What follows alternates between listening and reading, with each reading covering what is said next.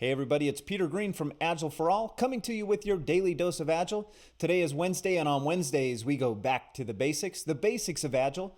A question that I get very commonly in my classes and from clients is, what is the difference between Agile and Scrum? So I thought I'd take a stab at answering that for you here on the video.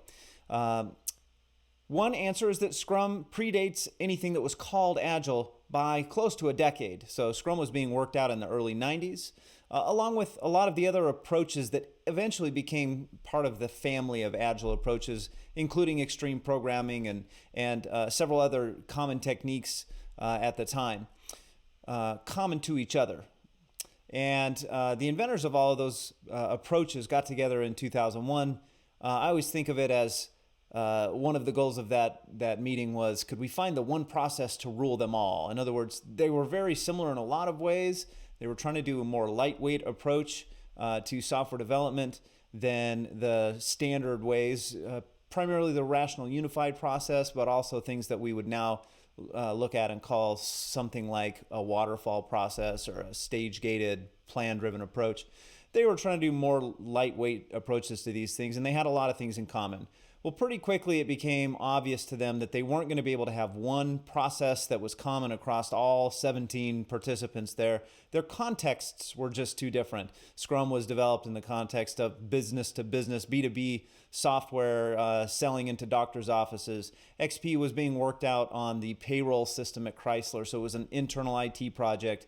We had all types of different contexts in Europe and the US and all over the place. And they found that the process wasn't going to be one kind of singular process. But what they did find was that they had a set of 4 values in common and 12 principles that backed up those values or made them a little more concrete.